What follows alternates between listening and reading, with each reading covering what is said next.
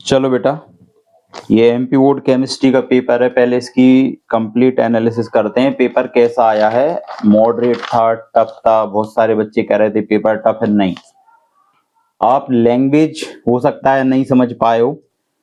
एक एक करके क्वेश्चन पे बात करते हैं, फटाफट से ध्यान से देखना है। पहला क्वेश्चन है, right answer in one word और वन सेंटेंस। ठीक है, मेरे पास जो सेट है वो सेट सी है, आगे पीछे क्वेश्चन कर देते हैं, बाकी सब सेम रहता है।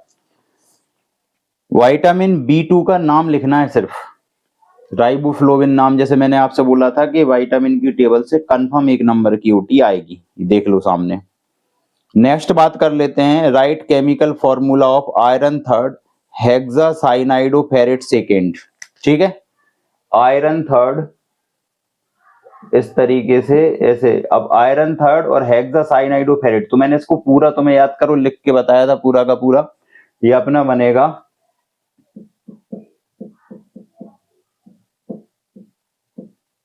ठीक है FeCN6, और यहाँ पे आ जाएंगे तुम्हारे कितने मॉलिक्यूल? 3 मॉलिक्यूल।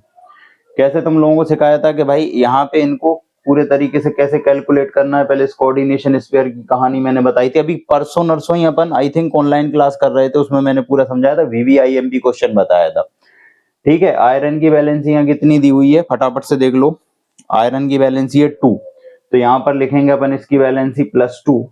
ठीक है, इसके बाद में नेक्स्ट दिया हुआ है तुम्हारा हेक्सासाइनाइडोफेरेट। साइनाइडोफेरेट मतलब यहाँ पर -6 इज इक्वल टू जो है नेट चार्ज जो है उसको x मान लिया, तो यहाँ पर x की वैल्यू जो है -4, यहाँ पर वैल्यू आ गई -4। तो आयरन की वैलेंसी हमें 3 दी थी, इस कोऑर्डिनेशन स्फीयर की वैलेंसी 4। क्रिस क्रॉस फॉर्मूला लगाओगे तो हमारा फॉर्मूला आ जाएगा, ये देख लो फटाफट से। नेक्स्ट देखो बेटा, अगला है right unit of rate constant for second order reaction. मैंने आपसे बोला था कि फाइनल है बिल्कुल ऑर्डर, मतलब के से कंफर्म एक यूनिट आना है, चाहे वो 0 ऑर्डर की पूछे, चाहे तुम्हारी फर्स्ट ऑर्डर की, चाहे सेकंड ऑर्डर की हो। मैंने इसका फॉर्मूला बताया था कि तुम डायरेक्ट कैसे निकाल लेना या फिर याद कर लेना। अगला क्वेश्चन है, सब्सटेंस हैव जीरो रेजिस्टिविटी और infinite conductivity is known as superconductor, है ना। मतलब ऐसे कोई भी जिनकी रेजिस्टिविटी 0 होती है उनको अपन क्या बोलते हैं? Super conductor. नेक्स्ट है, write the numerical value of I for complete dissociation of electrolyte K2SO4। K2SO4 को अगर बेटा पानी में डालोगे तो टूटेगा 2 मॉलिक्यूल ऑफ K प्लस में, प्लस SO4 2 माइनस में। नंबर ऑफ आयन कितने जनरेट हो रहे हैं? 3, तो I की वैल्यू 3। नेक्स्ट देखो, अगला क्वेश्चन है, tick the correct. The pressure of the solution that just prevent the flow of solvent is called. तो आप लोग सब जानते हो ऑस्मोटिक प्रेशर होता है, ऑस्मोटिक प्रेशर से क्वेश्चन है। How much charge is required for the 1 mole Al3+2Al। देखो क्या दिया हुआ है, Al3+, तो यहाँ पर कितने इलेक्ट्रॉन लगेंगे भाई? 3 इलेक्ट्रॉन। ठीक है, कहानी क्लियर है। तो ये जो है, एक सेकेंड बेटा,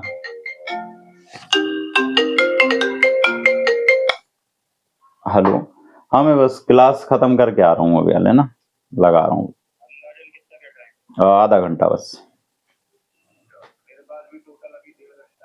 ठीक ठीक ठीक, ओके ओके। तो देखो यहाँ पे बेटा, यहाँ पे 3 इलेक्ट्रॉन है, 1 मोल Al3+, तो यहाँ पर एक Al3+ को Al में कन्वर्ट करने के लिए हमें कितने इलेक्ट्रॉन लग रहे हैं भाई? 3, है ना। तो यहाँ पर 1 मोल के लिए 3 मोल। ठीक है, तो 1 मोल का चार्ज याद करो, कल की क्लास में अपन बात कर रहे थे 1 फेराडे। 3 का कितना हो गया? 3 फेराडे। नेक्स्ट बात कर लेते हैं, for a chemical reaction with rise in temperature by 10 degree Celsius the rate constant is nearly. देखो अब यहां पर थोड़ा सा अपन को समझना है।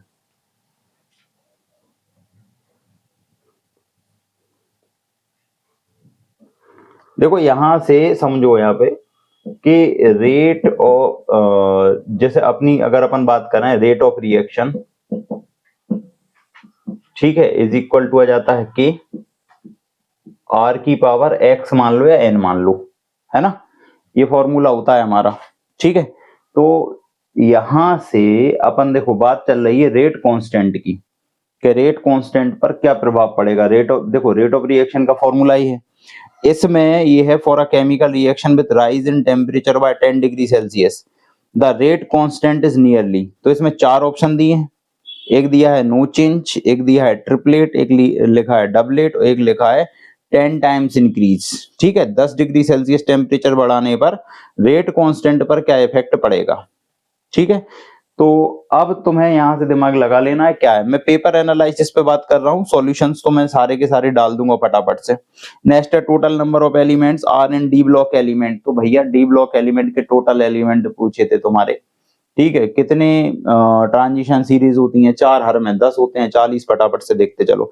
एसिटाइलेशन ऑफ सैलिसिलिक एसिड परसों बताया था भैया, ध्यान रखना है कि भाई एस्पिरिन टैबलेट के बारे में पूरी तुम्हें जन्म कुंडली बताई थी अभी ऑनलाइन क्लास में, जल्दी जल्दी देख लो फटाफट से।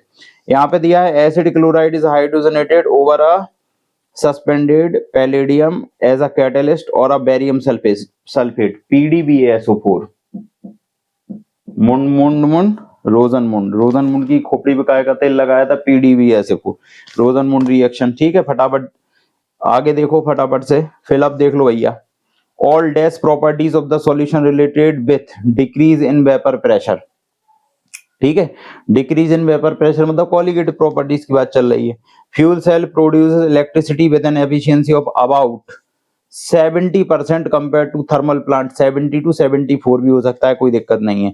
जिंक, कैडमियम और mercury generally do not considered as dash element transition element in addition to bromine in CCl4 to an alkene resulting in disappearance of the reddish brown color। ठीक है, तो ये पूरी रिएक्शन बताई थी तुम्हारे लिए, याद करो। ठीक है, कोई भी अपन ने एल्किन ले लिया, CH2 डबल बॉन्ड CH2। ठीक है, यहाँ पर ब्रोमाइन का एडिशन करवाओगे तो एक बार Br इधर और एक बार Br इधर, डिसअपीयरेंस हो जाता है रेडिश ब्राउन कलर का। IMP बताई हुई है, ध्यान रखना पढ़ाते टाइम, जो बता रहे हैं वो देख लो। Amine behaves as a dash due to presence of an unpaired electron, चाहे तो लुईस बेस लिख दो चाहे बेस लिख दो, दोनों सही होगा। Only dash are obtained on hydrolysis of protein. ठीक है, तो अल्फा एमिनो एसिड या एमिनो एसिड, दोनों सही बात है, कोई दिक्कत नहीं है। फटाफट से देख लेते हैं। Conductivity of a solution increases with dilution. यहां पर थोड़ा सा कंफ्यूजन हो सकता है, समझो। एक है वर्ड कंडक्टेंस और एक वर्ड आया है कंडक्टिविटी, है ना। तो पहले समझो, जो स्पेसिफिक कंडक्टेंस होता है उसको हम प्यार से कंडक्टिविटी बोलते हैं, है ना। और नॉर्मली कंडक्टेंस और कंडक्टिविटी जनरल टर्म में एक ही बोला जाता है, पर उन्होंने कंडक्टिविटी लिखा है पर्टिकुलरली, तो वो स्पेसिफिक कंडक्टेंस की बात कर रहे हैं, मतलब कप्पा की। ठीक है, तो अगर तुम डाइल्यूशन करते हो कप्पा डिक्रीज होता है, तो मैंने तुम्हें पहले ही मोस्ट इंपोर्टेंट बताया है effect of dilution on conductance and specific conductance, check कर लो, जो आया हुआ क्वेश्चन है। आगे बात कर लेते हैं। ठीक है, ये है वैल्यू ऑफ मैग्नेटिक मूवमेंट। तो ये फॉर्मूला मैंने तुम्हें बता रखा है बहुत बार कि म्यू इज इक्वल टू यहाँ पर n ब्रैकेट n+2, ये वाला फॉर्मूला लगता है। यहाँ पर n का मतलब होता है नंबर ऑफ अनपेयर्ड इलेक्ट्रॉन, है ना। चलो भाई, नेक्स्ट है इस पे, ये सही है में से ट्रू है इसमें। Bromo iodo and poly chloro derivatives of the hydrocarbon are heavier than water, तो वजन ज्यादा होता ही है इनका। Contrary to electrophilic addition reaction observed in the alkene, the aldehyde and ketone undergo nucleophilic addition reaction, बिल्कुल सही बात है ना। Lower aliphatic amines are soluble in water while higher amines are essentially insoluble in water, ये भी सही बात है ना। लोअर एमाइन जल्दी घुल जाते हैं क्योंकि उनमें R ग्रुप छोटा होता है, R ग्रुप मतलब हाइड्रोफोबिक नेचर है उसका, इसलिए। The most common sugar used in, हमारे घरों में कौन सी शुगर यूज होती है, सुक्रोज। ठीक है, ये देख लो भैया, और आगे की कहानी देख लेते हैं फटाफट से। मैच द कॉलम में पहला दिया है तुम्हारा ग्लाइकोजन। ठीक है, दूसरे नंबर पे दिया है सोडियम बेंजोएट। तीसरे नंबर पे दिया है 2,4,6 ट्राइब्रोमोफेनॉल। मैंने बताया भैया, इंपोर्टेंट बताया तुम्हारे लिए, इसको अपन पिक्रिक एसिड बोलते हैं। ग्लाइकोजन एनिमल स्टार्च कहलाता है। ठीक है, reserve food material of animal कहलाता है। ठीक है, K4FeCN6 मैंने बताया था भैया, ये सरकारी दमांद क्वेश्चन है। K4FeCN6 अभी 3 दिन पहले ही बात कर रहे थे अपन। ठीक है, ऑनलाइन क्लास जब कर रहे थे, क्लियर बोला था। रेट से ऐसे क्वेश्चन आएगा, ए की पावर ये, बी की पावर बी, इस तरीके से। तो ये दिया हुआ है एक क्वेश्चन तुम्हारे लिए, ए की पावर दिया है 3/2 और यहाँ देख लो बी की पावर -1, सेट से भी क्वेश्चन है, ये देख लो फटाफट से, जल्दी जल्दी पूरा एनालिसिस बता रहे हैं तुम्हें। अगला है भाई, how will you convert benzene से एनिलीन। देखो ध्यान से, ये बेंजीन है, बेंजीन से हमें क्या बनाना है भाई, एनिलीन। हजारों बार क्वेश्चन करवाए हुए हैं तुम्हारे लिए। बेंजीन से एनिलीन बनाना है, पहले नाइट्रेशन करो, नाइट्रेशन का रिडक्शन कर दो, नाइट्रेशन करोगे तो NO2, NO2 का रिडक्शन क्या होता है, NH2। याद करो कल परसों ही अपन बात कर रहे थे, Zn plus HCl Fe plus HCl, याद करो। ये बेंजीन से पहले नाइट्रेशन करवा के क्या बना लो, नाइट्रोबेंजीन। नाइट्रोबेंजीन का रिडक्शन क्या हो जाएगा, एनिलीन। नेक्स्ट देख लो भैया, अगला क्वेश्चन है इसी में इथेनामाइड से इथेनामाइड। भैया इथेनामाइड क्या है, CH3 डबल बॉन्ड NH2। इससे तुम्हें बनाना है CH3CH2NH2। ठीक है भाई, यहाँ देखो नाइट्रोजन ऑक्सीजन वाले को क्या बनाता है, एमाइन। कोई भी रिड्यूसिंग एजेंट डाल दो, चाहे लिथियम एल्यूमिनियम हाइड्राइड, कोई भी H2 मेटल, सबका रिडक्शन। अकेले ऑक्सीजन वाले को एल्कोहल, ऑक्सीजन नाइट्रोजन वाले को क्या, एमाइन, अकेले नाइट्रोजन वाले को भी एमाइन। फटाफट से देख लो। नेक्स्ट आ गया, हाँ, suggest two materials other than hydrogen that can be used in a fuel cell. ये उन्होंने तुम्हारी जनरल नॉलेज से क्वेश्चन पूछा है। देखो भाई, फ्यूल से ही फ्यूल सेल बनाओगे ना, methanol, ethanol, propanol, isopropyl alcohol, मतलब इस तरीके से ये सबसे बना सकते हैं। मीथेनॉल, इथेनॉल इनके नॉर्मल आंसर हो जाते। हाँ, सेंडमेयर रिएक्शन नाम से डायरेक्ट पूछी गई, एक नेम रिएक्शन है। Right definition of specific conductivity and molar conductivity. तो भाई specific conductivity and molar conductivity कितने बार बताया था। ठीक है, इसके बाद में नेक्स्ट आ जाता है, हाँ बस एक क्वेश्चन जो है तुमसे हाइब्रिडाइजेशन से क्लास 11 से लिंक करके उन्होंने यहाँ पे पूछा हुआ है। दो क्वेश्चन एक्चुअली, एक नोमेनक्लेचर से मैंने बोला था क्वेश्चन आएगा, ठीक है, और यहाँ से एक हाइब्रिडाइजेशन से उन्होंने एक्स्ट्रा क्वेश्चन दे दिया। मतलब इस बार उन्होंने चीजें पूछी पर थोड़ी सी एक दो क्वेश्चन में घुमा के। और ये मैं तुमसे पहले बोल रहा था 5 नंबर का पेपर टफ आएगा, उनमें एक पहला क्वेश्चन अभी तक अपन को जो टफ थोड़ा सा हटके मिला है, जिसमें तुम्हें 11th की अप्रोच लगानी पड़ेगी। ठीक है, जैसे इसको मैं बता देता हूँ, बाकी सारे क्वेश्चन तो तुम्हें नॉर्मली मिल जाएंगे। मैं अभी आंसर ज्यादा सॉल्व नहीं करा रहा हूँ, मैं तुम्हें पेपर एनालिसिस की बात कर रहा हूँ। पहला क्वेश्चन है, write structure and hybridisation of क्रोमेटोड।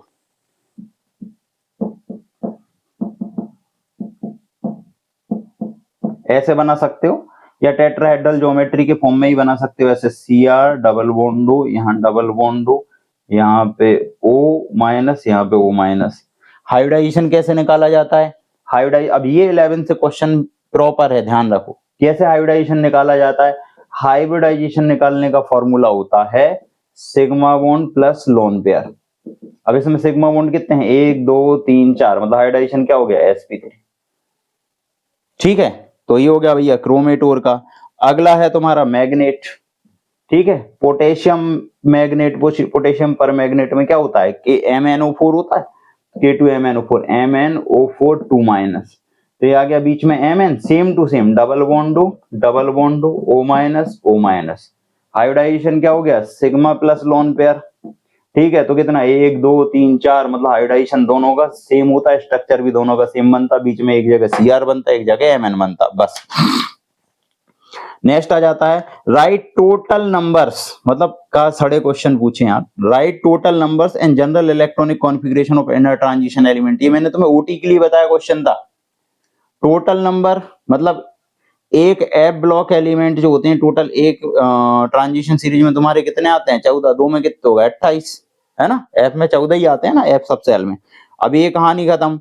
ठीक है, और ईसी तुम्हें पता ही है, इंपोर्टेंट ओटी बता रखी थी मैंने। आगे देखो नेक्स्ट फटाफट से। नेक्स्ट क्वेश्चन देखो, इंपोर्टेंट ओटी के लिए मैंने तुम्हें बताया था कि भाई जैसे लिख दिया Cr3+, इसके डी में कितने इलेक्ट्रॉन है। ठीक है, तो और Fe3+, इसके डी में इलेक्ट्रॉन कितने हैं। तो याद करो अपन, जब इनका जनरल, इसका जो इलेक्ट्रॉनिक कॉन्फ़िगरेशन होता है नॉर्मल, Cr का जो इलेक्ट्रॉनिक कॉन्फ़िगरेशन होता है वो क्या होता है। ठीक है, यहां पर याद करो, आर्गन 18। ठीक है, पहली ट्रांजिशन सीरीज रटने के लिए बोला था, 4s2 4s1 3d5, एक्सेप्शन होता है, याद करो, क्रोमियम। ठीक है, अब यहां देखो, यहां से 3 निकले हैं, तब +3 चार्ज आएगा, 3 इलेक्ट्रॉन निकलेंगे, तो पहले कौन से निकलेगा, s वाले। तो s का एक ही और 2 यहां से निकल गए, तो कितने बचे आंसर, 3d में 3 इलेक्ट्रॉन। कितने इलेक्ट्रॉन बचेंगे, 3। आ जाओ इसमें, इसका होता है आर्गन 18 4s2। ठीक है, और इसके बाद में आ जाता है तुम्हारा 3d6, टोटल 26। ठीक है, अब इसमें भी 3 निकल रहे हैं, तो 2 यहां से और 1 यहां से, डी में कितने बचे, 5। जो हो गए फटाफट से देखते चलो। नेक्स्ट 1000 बार बोला हुआ क्वेश्चन था, ध्यान रखना, NiCl4 2 माइनस डायामैग्नेटिक है और NiCO होल 4 पैरामैग्नेटिक है, डायामैग्नेटिक क्यों? कार्बोनिल स्ट्रॉन्ग फील्ड लिगेंड होता है, ध्यान रखना। और स्ट्रॉन्ग फील्ड लिगेंड जो निकल के अनपेयर्ड इलेक्ट्रॉन है उनकी पेयरिंग कर देगा, ठीक है।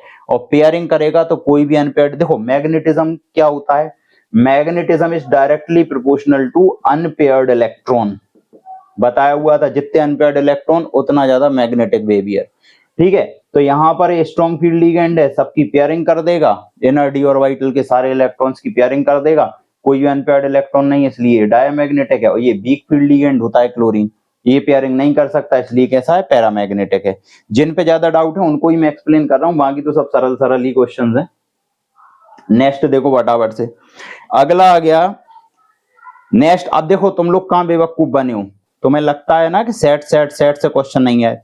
ज्योमेट्रिकल आइसोमेरिज्म इज नॉट, अभी अपन इसके दो एक क्वेश्चन इसके और में दिया है, geometrical isomerism is not possible in tetrahedral complex. Tetrahedral में बेटा 4 लिगेंड होंगे हमारे, 4 लिगेंड होंगे, और अगर वो सिमिलर लिगेंड हुए तो उनके सिस और ट्रांस अपन बना ही नहीं सकते, है ना। ज्योमेट्रिकल का मतलब, ज्योमेट्रिकल आइसोमर मतलब तुमसे क्या पूछा उसने, सिस ट्रांस आइसोमर, तो सिस ट्रांसफॉर्म तुम इसमें बना ही नहीं सकते। चलो ठीक है, ऊपर वाला तो सरल था क्वेश्चन, अपन कर सकते, 2 लाइन लिखना थी कि carbonyl is a strong field ligand, तो वो अनपेयर्ड इलेक्ट्रॉन की पेयरिंग कर देगा, इसलिए वो डायमैग्नेटिक है। इसके बाद में नेक्स्ट है, right any 2 difference between Cannizzaro reaction and aldol condensation. चिल्ला चिल्ला के बोल रहा था, एक में अल्फा हाइड्रोजन चाहिए, एक में अल्फा हाइड्रोजन नहीं चाहिए, एक में कॉन्सेंट्रेटेड NaOH, एक में डाइल्यूटेड NaOH, खत्म खेल 2 नंबर में। नेक्स्ट क्वेश्चन है, व्हाट हैपेंस व्हेन, ये बोला हुआ था कि तुम्हें इस टाइप से क्वेश्चन आएंगे, methyl magnesium bromide reacts with dry ice. Dry ice मतलब होता है कार्बन डाइऑक्साइड, ये तुम्हारी C double bond O, C double bond O, ठीक है। इसको मैं ऐसे बना रहा हूं, C डबल बॉन्ड O, फिर यहाँ पे मैंने बना दिया डबल बॉन्ड O, ठीक है। और इसका रिएक्शन करवा रहा है मिथाइल मैग्नीशियम ब्रोमाइड से, MgBr, गिन्नू रिएक्शन कर रहा है, पाई बॉन्ड इधर आएगा, इस ऑक्सीजन पे नेगेटिव चार्ज, कार्बन पे पॉजिटिव चार्ज, ठीक है। अब यहाँ देखो, ये पॉजिटिव होता है आके यहाँ जुड़ेगा, और ये जो है आके इधर जुड़ेगा, तो अपने पास जो प्रोडक्ट बनेगा वो क्या बनेगा, CH3 C double bond O, यहाँ पर OMgBr, और याद करो इसको अपन पिलाते थे पानी, थोड़ा बहुत अगर ध्यान आ रहा हो तो, CH3 C double bond O OH, फटाफट से देख लो। मतलब ये क्या बन गया तुम्हारा, यहां से एसिटिक एसिड का फॉर्मेशन हो जाएगा, ठीक है। आगे अपन लिखेंगे, नेक्स्ट देखो जल्दी जल्दी फटाफट से। अगला क्वेश्चन क्या लिखा है, C4H11 और N1 से प्राप्त कोई दो, हाँ sorry, write structure and IUPAC name. Structure बनाना है जिसमें क्या हो, कार्बन 4 हो, हाइड्रोजन 11 हो, नाइट्रोजन 1 हो। तो इसमें एक तो डायरेक्ट बना दो भैया, CH3 CH2 CH2 CH2 NH2, ठीक है, इसका नाम हो जाएगा ब्यूटेन 1 एमाइन। और दूसरा ऐसे बना दो, CH3 CH CH3 CH2 NH2, पहले ही बोला था 11th नोमेनक्लेचर से कंफर्म क्वेश्चन आएगा, एक आएगा कंफर्म आएगा, ठीक है। तो इसका नाम क्या हो जाएगा, 2 methyl meth eth pro, propane 1 amine, check कर लो फटाफट। IUPAC नेम लिखना आते भाई, 11 से क्वेश्चन था, चेक कर लेना, ठीक है। नेक्स्ट आ जाते हैं फटाफट से भाई। अगला क्वेश्चन है कि right chemical equation for the following conversion. भाई कन्वर्जन की मैंने तुम्हें पूरी चैप्टर की वीडियो डाली है यूट्यूब पे भी और क्लास में भी करवाए हैं।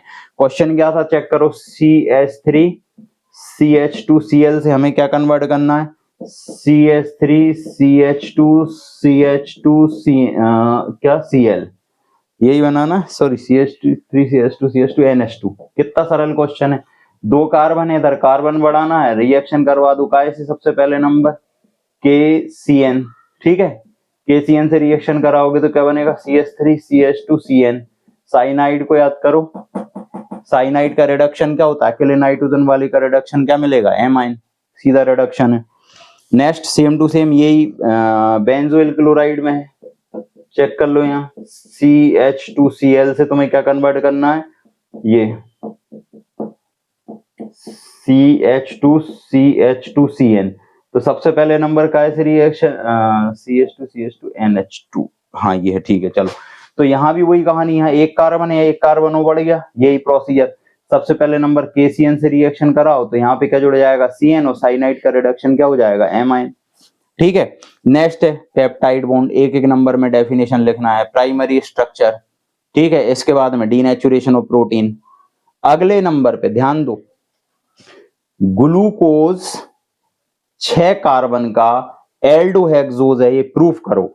आपको क्लास टेस्ट में 25 बार पूछा गया क्वेश्चन है क्लास टेस्ट में, और बोला था कि कर लेना इसके 6-7 रिएक्शन पूरी इंपॉर्टेंट है, पहला ही दिया है HI देख लो।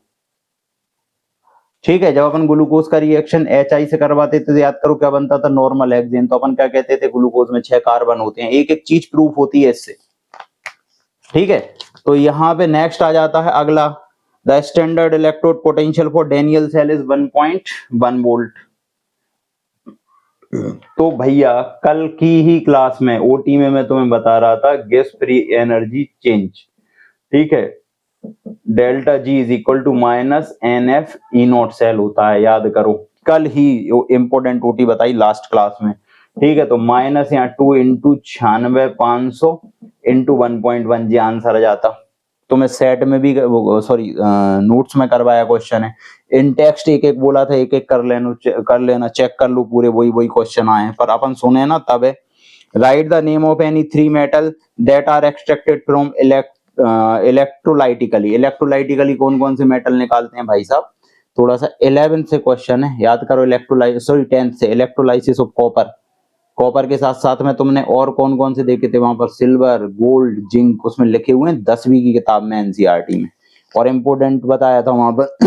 Right any 3 uses of mercury cell. Mercury cell भैया वो बटन सेल छोटी सी, तुम्हें 1000 बार बताया था, घड़ी रिस्ट वॉच में कर लेते हैं, टॉयज में कर लेते हैं, रिमोट्स में कर लेते हैं, ऐसे ऐसे क्वेश्चन पूछे उन्हें भी, मतलब पूछने में शर्म नहीं आई।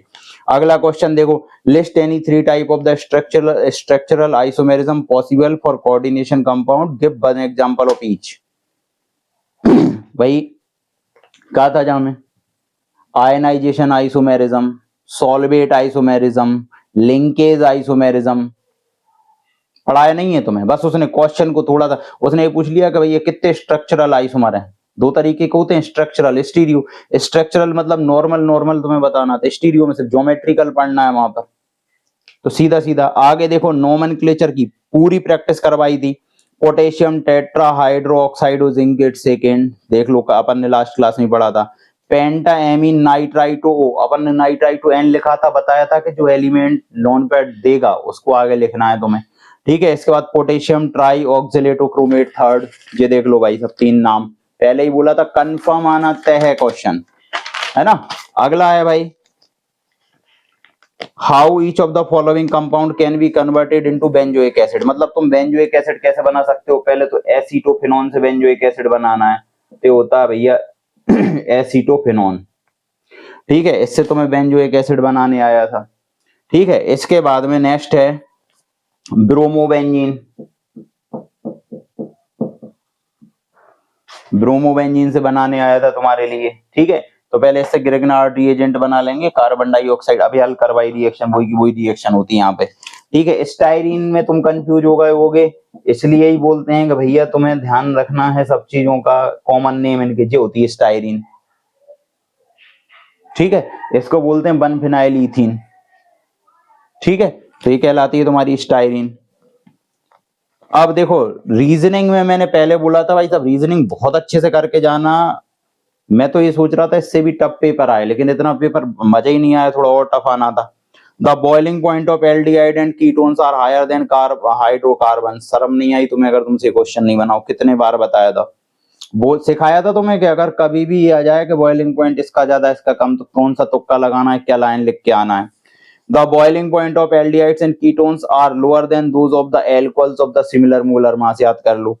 Aldehydes are generally more reactive than ketones, बिल्कुल सिंपल सिंपल क्वेश्चन है। ठीक है, एक एक नंबर में। नेक्स्ट है भैया catalytic reduction of butanal. Butanal मतलब एल्डिहाइड, एल्डिहाइड का रिडक्शन करवाओगे क्या बनेगा, एल्कोहल, याद करो 3 दिन पहले की क्लास यहाँ पे। ठीक है, hydration of propene, hydration of propene in the presence of dilute sulphuric acid. Propene क्या होती है, CH3 CH double bond CH2। Hydration मतलब होता है पानी पिलाना इन प्रेजेंस ऑफ एसिड। पानी मतलब HOH, OH जाके देखो, पानी मतलब HOH, OH जाके इधर, H जाके इधर, मार्कोव एडिशन क्या बनेगा, CH3 CHOH CH3 लो। ठीक है, फटाफट से देख लो जरा। नेक्स्ट है reaction of propanone with methyl magnesium bromide. ठीक है,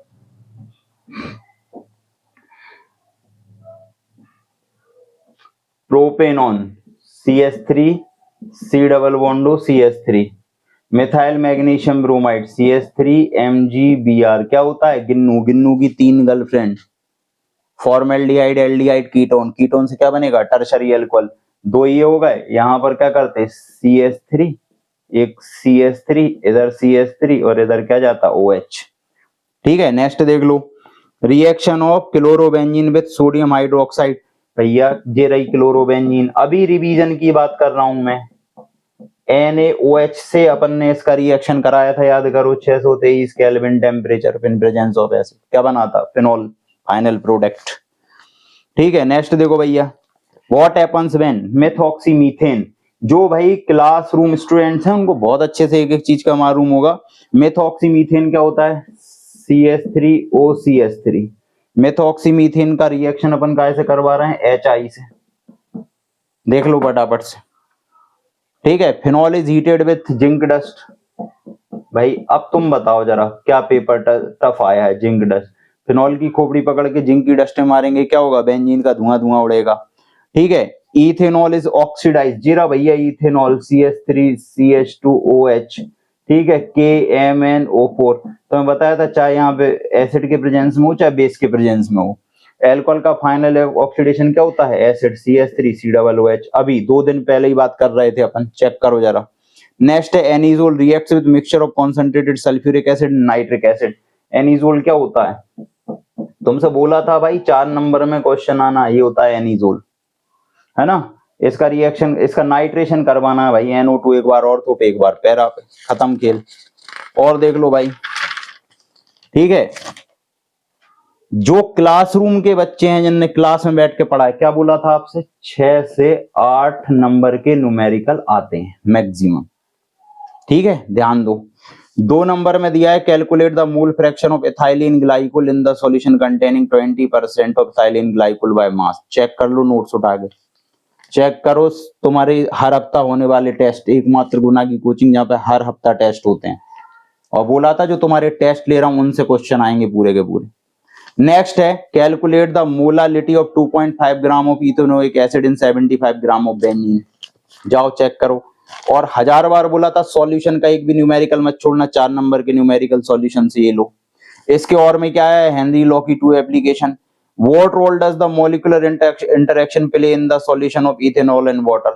तो इथेनॉल और वाटर की सॉल्युबिलिटी किस वजह से, इंटरमोलिकुलर हाइड्रोजन बॉन्डिंग की वजह से। ठीक है, नेक्स्ट दिया है, first order reaction is found to have a rate constant. K की वैल्यू कितनी दी है, एक एक क्वेश्चन जाके चेक करो इन टेक्स्ट, और अब तुम तो कुछ मत करो, नोट्स उठाओ बस। के की वैल्यू कितनी दी है, के इज इक्वल टू 5.5। अभी रिवीजन में मैंने, ये ऑनलाइन रिवीजन में मैंने फिजिकल इनऑर्गेनिक करवाई नहीं थी, मुझे कंफर्म था कि तुम कर लोगे भाई, इतने हजारों बार क्वेश्चन पूछ चुके हैं। ऑर्गेनिक पे मैं क्यों फोकस कर रहा था, ऑर्गेनिक देख लो, भरी पड़ी है पेपर में। के की वैल्यू कितनी दी है, 5.5 इंटू 10⁻⁻14 सेकेंड इनवर्स, है ना। क्या पूछा है तुमसे, हाफ लाइफ पीरियड। ठीक है, 0.693 डिवाइडेड बाय के, लगाओ फॉर्मूला, आंसर निकाल लो, है ना। आगे आ जाओ भाई फटाफट से। Right any 2 important effect of catalyst. 3 लिखवाए थे, याद करो। कैटलिस्ट की पूरी कहानी सुनाई थी, बब्बा वाली, बैंक वाली कहानी, बैंक में पीओ वाली। ठीक है, नेक्स्ट आ जाओ जरा। ये कि ये 2 नंबर में न्यूमेरिकल आ गया भैया। ठीक है, तो 2 + 2 + 2। ठीक है, अब आ जाते हैं जरा नेक्स्ट इसके, और में दिया है कि the decomposition of gaseous ammonia on a hot platinum surface is a zero order reaction at high pressure. Why, तो मैं बताया था क्यों, क्योंकि याद रखो ये कॉन्सेंट्रेशन पे डिपेंड नहीं कर रही, रिएक्शन किस पे डिपेंड कर रही है, कंडीशन पे। तो तुमसे जीरो ऑर्डर रिएक्शन की डेफिनेशन पूछी है इनडायरेक्टली। ठीक है, आगे क्या लिया, लिखा है उन्होंने, in a first order reaction time required for the decomposition of 99.9, सीधे सेट से क्वेश्चन है, 10 टाइम हाफ रिएक्शन के मतलब 10 टाइम्स होता है। ठीक है, सीधा क्वेश्चन है, इंपोर्टेंट, 2 नंबर इसके जोड़ लो, +2 न्यूमेरिकल के, देख लो फटाफट से भाई। और वो भी ये 2 + 2 नहीं लिख सकते क्योंकि और में क्वेश्चन है, तो कितने हो गए तुम्हारे 6। ठीक है, और 1-2 नंबर का क्वेश्चन कौन सा हो गया भैया, अगर उसको भी तुम न्यूमेरिकल मानो इतना सारा, delta G equal to -NF E0 cell. ठीक है, तो ये टोटल मिला के 8 नंबर की न्यूमेरिकल जो बोला है वो बता रहा हूं मैं तुम्हें। ठीक है, केवल क्रोमेटोर के स्ट्रक्चर की बात करो, हाइब्रिडाइजेशन की बात करो, 11 से पूछा है, बोला था 2 नंबर से 3 नंबर में नोमेनक्लेचर कंफर्म पूछेगा, पूछा। तुम लोगों को वो चीज समझ नहीं आती, वो बात अलग है भाई। नेक्स्ट देखो कितने सड़े सड़े क्वेश्चन है, आओ जरा फटाफट से देख लेते हैं। नेक्स्ट है CH3 CH2 CH2 फिर है Cl और इसका रिएक्शन है NaI से। फिंकलिस्टीन रिएक्शन एक बार हजार, मतलब कितने बार करवाया क्वेश्चन है, सेम टू सेम।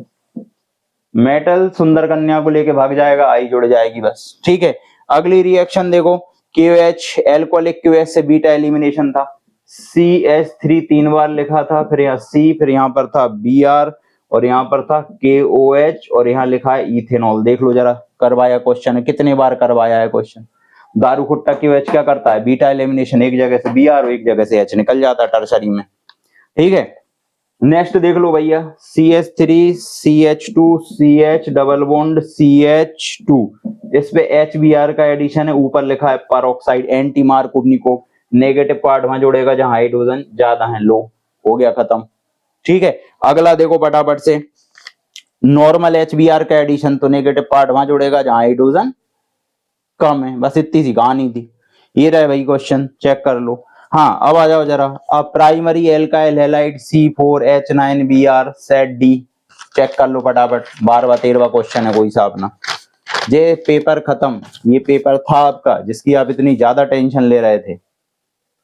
तो भाई शिवम सर ने जो आपसे बोला था पेपर में वही आया है, आप चेक करो। आपको आयनाइजेशन आइसोमेरिज्म पूछा, आपको सॉल्वेट आइसोमेरिज्म पूछा, मैंने बोला था आइसोमेरिज्म से उन्होंने तीनों, बस क्या लिखना था, डेफिनेशन भी नहीं, सिर्फ नाम और उनका एक एक एग्जांपल, कि स्ट्रक्चरल आइसोमर के 3 नाम लिख दो, आयनाइजेशन, सॉल्वेट, ठीक है, तुम्हारा क्या बोलते हैं लिंकेज, एक एक एग्जांपल तुम्हें याद, मैंने बोला ही था कंफर्म करके जाना, अभी वीडियो देख लो, डली हुई है यूट्यूब पे भाई। तो जो आपसे बोला गया है आपको वही आया है पेपर में, और ये मैंने पहले बोला था केमिस्ट्री में क्वेश्चन घूमते हैं, मैं चाह रहा था पेपर टफ आए, नहीं आया पेपर और टफ आना चाहिए, इससे आपको समझ में आया कि बेसिक 11th पढ़ना क्यों जरूरी है बेटा। आप लोगों से बोलते हैं कि पढ़ाई करो, क्लासरूम में भी बोलते हैं सारी चीजें, पर बच्चे इस चीज को बहुत नेग्लेक्ट करते हैं। आपके 2 पेपर सरल आ गए, आपने ये सोच लिया, और ये पेपर टफ है कहां। आप एक और सिंगल ऑर्गेनिक का क्वेश्चन बताओ जो मैंने आपको नहीं करवाया हो, कम से कम 50-50 100 बार, एक बार नहीं 50-50 बार। न्यूमेरिकल जो बोले हैं वो नहीं आए हो, देख लो, अभी भी वीडियो डली है यार, आप आराम से यूट्यूब पे जाके चेक करो। तो जो आपको बताया वही आया है भाई, मैं अपनी कोचिंग के बच्चों के पर्पज से बात कर रहा हूं। ठीक है, आप इस चीज को ध्यान दो कि जो बोला है वही आया है, और पेपर बहुत सरल आया है, और 5 नंबर का उनका बनता है। जैसे उन्होंने, मैंने तुमसे पहले बोला था कि 5 नंबर का अनएक्सपेक्टेड, जैसे उन्होंने बोल दिया क्रोमेट आयन का स्ट्रक्चर बना दो, हाइब्रिडाइजेशन पूछ लिया उनने, तो ये एक आध क्वेश्चन तो भाई वो पूछेगा, 2-5 नंबर तो पेपर में थोड़ा सा ऐसा लगेगा ना कि हल्का सा घुमा फिर आगे। जैसे उसने स्ट्रक्चरल आइसोमर तो मैं सीधे सीधे थे, तुमसे नहीं बने, तुम उनको क्वेश्चन ही से नहीं समझ पा रहे हो। ऑर्गेनिक में बताओ एक सिंगल क्वेश्चन, जो मैंने अभी पूरा पेपर सॉल्व करके बताया, आप एक क्वेश्चन बता दो। तो इसलिए बेटा पढ़ो, मेहनत करो, कोई बात नहीं, नेक्स्ट पेपर की अच्छे से तैयारी करो, ज्यादा टेंशन नहीं लेना है। जी ओवरऑल एनालिसिस थी कि बच्चे समझ पाए कि पेपर में क्या था, अगले पेपरों में ऐसा ना हो, बढ़िया से मेहनत करो। और बहुत सारे बच्चों का बहुत अच्छा गया है, किसी की मात्र 1 ओटी गलत है, किसी की 2 ओटी गलत है, तो उनमें पैनिक नहीं होना है। जिनके नंबर 95 से 100 के बीच में आते हैं, वो सेम ब्रेन, उनका फंक्शनिंग सेम है। क्यों सेम है भाई, 1-2 गलतियां मुझसे भी हो सकती हैं, मैं टीचर हूं, उस टाइम पे मेरा दिमाग उस टाइम पे उस चीज को क्लिक नहीं कर पाया हो, तो उसमें पैनिक नहीं होना। और एक सब्जेक्ट के 2 सब्जेक्ट के नंबर, बहुत सारे बच्चे आए थे कि फिजिक्स का पेपर सर डिस्टर्ब हुआ या इसका, तो पैनिक नहीं होना। एक आध पेपर अगर इधर उधर होता है, केमिस्ट्री का तो मैं मानता हूं कि अपनी कोचिंग के में जो बच्चे लास्ट तक बैठे रहे, उनने हर एक ऑर्गेनिक का क्वेश्चन इतने बार किया, ऑर्गेनिक पूरे पेपर में भरी पड़ी, और ये हर बार होना है अब, क्योंकि एक बुक है, सीधी 35 नंबर का खेल है भाई। तो बढ़िया से मेहनत करो, अगले पेपर के लिए best of luck. Thank you.